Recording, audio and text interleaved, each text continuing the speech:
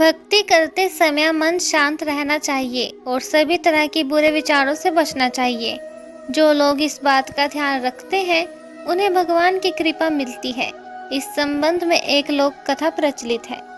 कथा के अनुसार पुराने समय में दो संत एक साथ रहते थे। दोनों की भक्ति का तरीका अलग अलग था।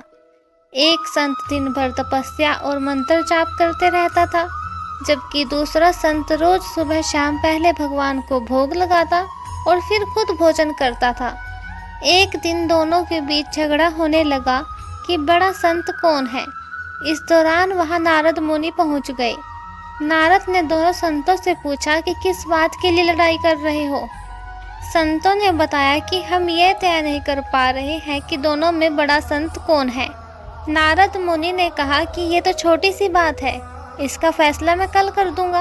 अगले दिन नारद मुनि ने मंदिर में दोनों संतों की जगह के पास हीरे की एक एक अंगूठी रख दी। पहले तप करने वाला संत वहां पहुंचा। उसने एक अंगूठी देखी और चुपचाप उसे अपने आसन के नीचे छिपाकर मंत्र जाप करने लगा।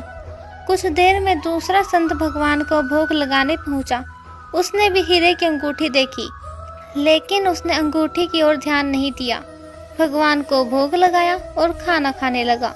उसने अंगूठी नहीं उठाई। उसके मन में लालच नहीं जागा, क्योंकि उसे भरोसा था कि भगवान रोज उसके लिए खाने की व्यवस्था जरूर करेंगे। कुछ देर बाद वहां नारद जी आ गए। दोनों संतों ने पूछा कि अब आप बताएं कि हम दोनों में बड़ा संत कौन है। नारद मुनि ने तपस्या करने वाले संत को खड़े होने के लिए कहा। जैसे ही वह संत खड़ा हुआ तो उसके आसन के नीचे छिपी हुई अंगूठी दिख गई। नारद मुनि ने उससे कहा कि तुम दोनों में भोग लगाकर खाना खाने वाला संत बड़ा है।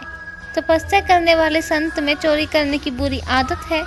उसने भक्ति के समय में भी चोरी करने से संकोच नहीं किया, जबकि भोग लगाने वाले संत ने अंगूठी की ओर ध्यान तक नहीं दिया। इस कारण वही संत बड़ा है। प्रसंग की सीख। इस प्रसंग की सीख यह है कि भक्ति तभी सफल होती है जब भक्त के मन में बुरे विचार न हो, भक्त बुरे काम न करता हो। जिस भक्त के विचार पवित्र है और जो बुरे कामों से दूर रहता है, सिर्फ उसे ही भगवान की प्राप्ति होती है।